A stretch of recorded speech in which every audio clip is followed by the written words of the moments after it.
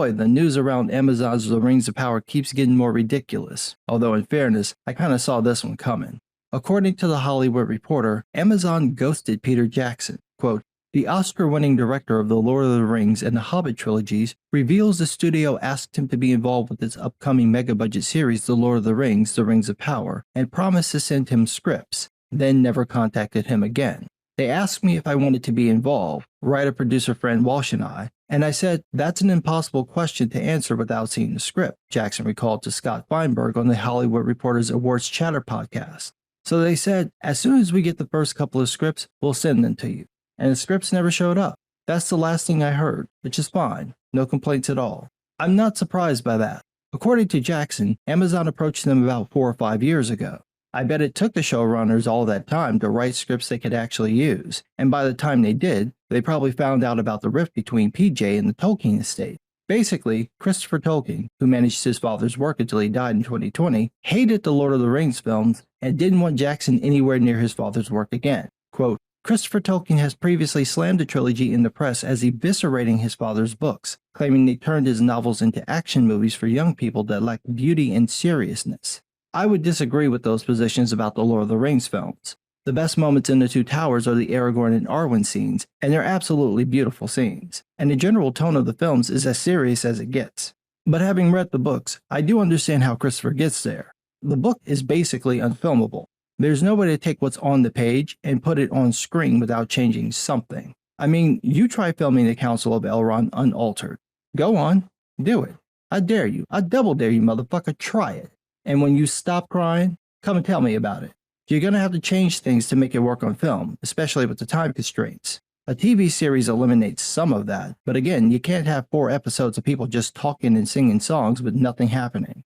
But if you are hardcore about not changing a single thing, then yeah, The Lord of the Rings and The Hobbit films were probably the worst films you've ever seen. The Tolkien estate's feelings about Jackson alone would keep Amazon from including him. However, there's also the issue of Warner Brothers being a separate company from Amazon. Probably not for long.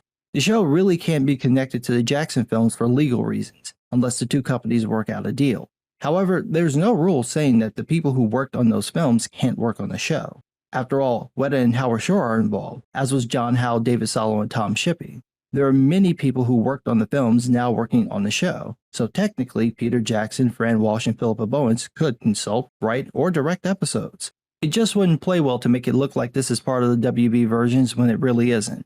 The Hollywood Reporter also asked Jackson about making his films today. Quote, moving on, Jackson was also asked if a movie studio would greenlight his trilogy today, answering, probably not. Not with a director like me, and a studio that would put its money on the line for 3 films, he says.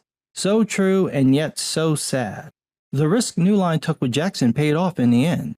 It could have failed, but it didn't, and more studios need to be willing to take that risk in order to find those blockbusters they so desperately want. It makes you wonder how many potentially massive films have been ignored or rejected because studios don't want to take a risk. Remember, in the late 90s and early 2000s, fantasy films were out of fashion. Nobody was doing them. The Lord of the Rings revitalized that genre. That doesn't mean studios should produce every script they see, but when they see something good, why not take the chance? Maybe it bombs in theaters but finds an audience on streaming, and then the next film will be a success. Maybe it'll be a hit. Maybe it'll break the box office. You never know. Trying something new is better than remaking the same set of popular films every decade. And if you're looking for diversity, this is the best way to get it, by producing original ideas, preferably those made for film instead of another adaptation. There are thousands of writers with good scripts playing on so many different ideas. Studios have got to start taking risks, and they need to let go of this politically correct need to only work with certain people. Bring in the top writers and directors of yesteryear to get them to help make those good scripts great, because then you'll make something that might reshape the industry. Even a failure can do this. Blade Runner bombed, but its impact was felt in many of the sci-fi films and shows over the last 40 years. Just because something isn't immediately a hit doesn't mean it won't be a success.